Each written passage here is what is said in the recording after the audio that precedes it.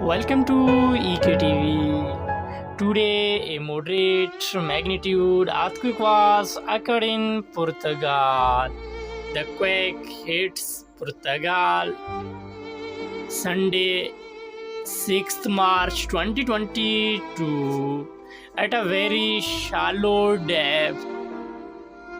German Research Center for Geosciences is the first agency to report this quake with magnitude 4.7, and US Geological Survey is the second agency also report this quake with same magnitude.